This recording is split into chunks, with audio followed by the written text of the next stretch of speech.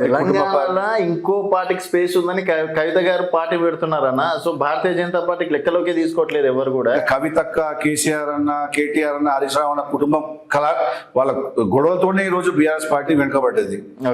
Congress party మీద public నమ్మకం పోయింది.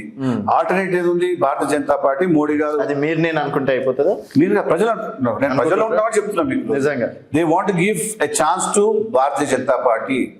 భారతీయ జనతా సరైన లీడర్ లేక, నాయకత్వం లేక భారతీయ జనతా పార్టీని ఎవరు చూస్ చేసుకోవట్లేదు తెలంగాణ. చాలా మంది నాయకులు ఉన్నారు, కార్యకర్తలు ఉన్నారు. మాకు జెండానే, మాకు నాయకత్వం భారతీయ జనతా పార్టీకి సంబంధించి మా జెండానే. సామాన్య ప్రజలు నమ్మాలి కదా, నాయకత్వంలో సామాన్య ప్రజలు చేయాలి కదా, కార్యకర్తలు కాదు. నేను చెప్పేది అండి, మా నాయకత్వం అనేది పార్టీ ఎవరిని డిసైడ్ చేస్తారో వాళ్ళే మా నాయకుడు. జెండా కోసం పనిచేసే కార్యకర్తలే ఉన్నాం. Cadre based party. కార్యకర్తలందరూ కూడా భారతీయ జనతా పార్టీ జెండా కోసం పనిచేసుకుంటా, హానిషలు ప్రజల్లో అనుకుంటా. మాకు పౌరుణ లేకుండా మా పని ఏముంటుంది, ప్రజలకు పోతాం, వాళ్ళ సమస్యలు తెలుసుకుంటాం, వాళ్ళకు మాకు చేతనైనంత సాయం చేస్తుంటాము. ఇవన్నీ కూడా మేము నిరంతరం ప్రజల్లో ఉండి చేసే పనులు. సో ఆ నమ్మకం మాకు ఉన్నది. కార్యకర్తలు కష్టపడతారు, నాయకులు ఎవరైనా కావచ్చు. మా దాంట్లో ఒక ఛాయ్ అమ్ముకునే వ్యక్తి రోజు ప్రధానమంత్రి అయినారు. ఓకేనా, అది ఎగ్జాంపుల్ పక్కన పెడితే ఈరోజు డైరెక్ట్ పారాషూట్ వాళ్ళకి టికెట్లు ఇస్తున్నారు అండ్ కష్టపడ్డ కార్యకర్తను పక్కన పెడుతున్నారు. సో దానివల్లనే బీజేపీ అస్తమితం గాస్త అయిపోయింది అన్నట్టు లేదండి. ఇప్పుడు గెలుపు ఓటమిలు చూసినప్పుడు కొన్ని ఈక్వేషన్స్లో, క్యాస్ట్ ఈక్వేషన్స్లో కొందరు టికెట్లు వస్తాయి.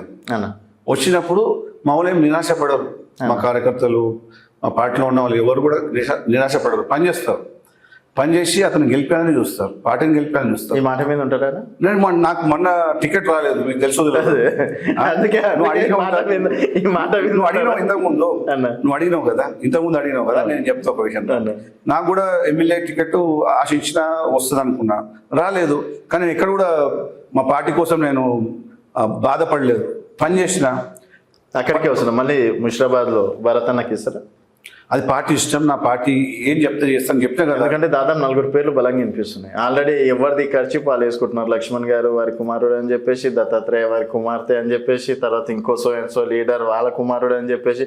అంటే వారసత్వ రాజకీయాలకు వస్తుందా, లేకపోతే పార్టీలో కష్టపడి బూత్ లెవెల్ నుంచి కష్టపడ్డటువంటి కార్యకర్తకి ఇస్తారా, వేరే వాళ్ళకి ఇస్తారా? అది మా పార్టీ ఇష్టం. పార్టీ ఏం చెప్తే అది మేము శిరస్సు నుంచి ఎవరికి వచ్చినా పనిచేస్తాము. ఎందుకంటే ఫైనల్ ఈజ్ అవర్ పార్టీ. ఎవరికి వచ్చినా పనిచేస్తాము. వాళ్ళందరూ కూడా ఈరోజే రాలేదు, వాళ్ళు కూడా పార్టీలో కష్టపడుకుంటూ వస్తున్నారు కదా నాయకులు. కానీ వాళ్ళు మా దాంట్లో చాలా మంది. అంటే నేను ఏమంటాను, ఇక్కడ వారసత్వ రాజకీయాలు ఎక్కువైతున్నాయి అంటాడు. లేదు, ఆ విధంగా ఏం లేదు. పనిచేస్తానికి అందరు ముందుకు వస్తున్నారు. వాళ్ళు ఏం టికెట్ ఇవ్వమని వస్తలేరు, పార్టీ కోసం పనిచేద్దామని వస్తున్నారు. రేపు టికెట్ ఇవ్వకపోయినా ఎవరు నారాజు గారు? నేను కాదు. రేపు భరత్ అన్నకి టికెట్ వచ్చినా కాను, నేను ఎందుకైతా. మా నాన్న చెప్పండి పార్టీ కోసము. మా నాన్న ఎప్పుడు కూడా ఏ హోదా కోరుకోలేదు. ఆయన ఎమ్మెల్యే పదవి కావాలి, ఎంపీ కావాలి అని కోరుకోలేదు. ఆయన పార్టీ చెప్తే ఆయన చాలా చిన్న వయసులో ఉమ్మడి జిల్లాకి, నల్గొండ జిల్లాకి 2 సార్లు అధ్యక్షుడు చేసిండు. చాలా చిన్న వయసులో ఉమ్మడి ఆంధ్రప్రదేశ్కి 2 టర్మ్స్ కార్యదర్శిగా చేసిండు. ఆయన చనిపోయినప్పుడు ఏజ్ 48. ఇంత చిన్న ఎస్కేల్ పని చేస్తున్నారు, ఆలోచించాలి. ఇంకోటి నాన్నగారి విషయంలోనా ఎవరికి గన్మెన్ లేకుండా బీజేపీలో గన్మెన్ ని తెచ్చుకున్న ఏకైక మగాడు అని చెప్పుకోవచ్చు చాలా ఓపెన్గా. ఎందుకంటే అంత డేరింగ్ కూడా కావాలి. సో వెనకాల గన్మెన్లతోటి నానున్నప్పుడు ఏం భయం అట్లాంటివి ఏముండకపోయేదా? మా నాన్నకు అంటే గన్మెన్ ప్రభుత్వం ఇచ్చింది కదా, ప్రభుత్వం అటాక్ చాలాసార్లు అయినాయి కదా. చాలాసార్లు వాళ్ళు ఎప్పుడైతే ఐఎస్ఐతో థ్రెట్ ఉందో ఈయన చంపేస్తారని చెప్పి చాలా మంది చెప్పేటోళ్ళు.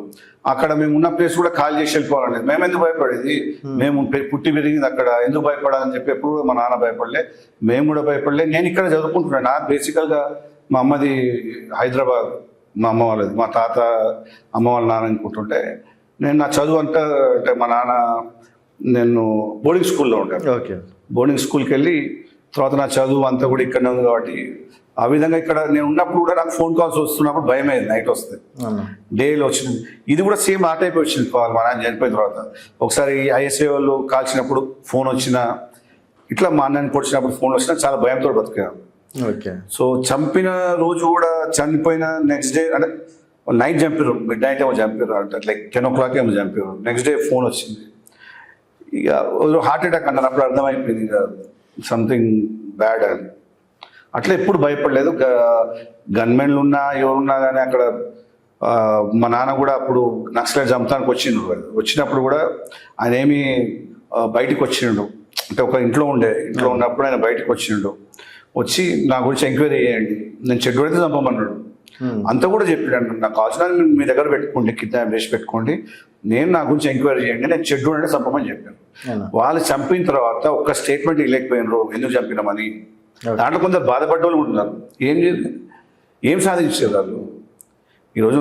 నక్సలిజం లేకుండా పోయింది అదే కదా ఆ విషయంలో చాలా హ్యాపీ. ఎందుకంటే యువకుల్ని, ముఖ్యంగా మంచి భవిష్యత్తున్న యువకుల్ని నక్సలిజం, మావోయిజం పేరు మీద రెచ్చగొట్టి వాళ్ళ జీవితాలు నాగం చేసి, వాళ్ళ కుటుంబాలను నాగం చేసి, వాళ్ళ బతుకు తెరువు లేకుండా ఇప్పుడు ఎంతోమంది దాంట్లోకి వెళ్ళి బయటకు వచ్చిన తర్వాత కూడా అప్పుడు వాళ్ళు ఎప్పుడైతే ఆ రోజులో ఉన్న వాళ్ళు ఇప్పటికీ అర్బన్ నక్సలిస్ట్గా మారుతున్నారు.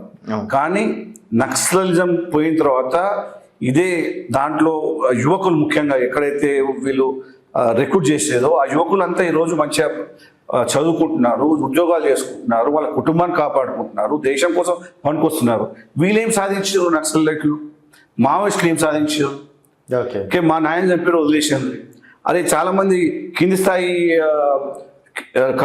స్థాయి ఇన్ఫార్మల్ అని చెప్పేసి వాళ్ళని చంపడం, కానిస్టేబుల్ చంపడం, వాళ్ళు రోడ్డు మీద పడలేదా?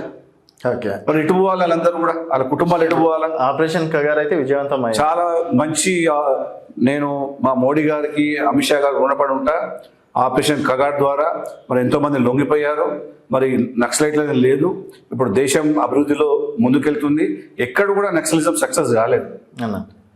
ఓకే, సో ఇప్పుడు మనం జిహెచ్ఎంసీ కాడికి వస్తే ఏందన్న మీ నినాదం? మళ్ళీ సికింద్రాబాద్ అంటే మీ ఏరియాలో కూడా జై శ్రీరామ్, హిందువుగా ఉన్నందుకు బీజేపీ కోట్లేయండి అని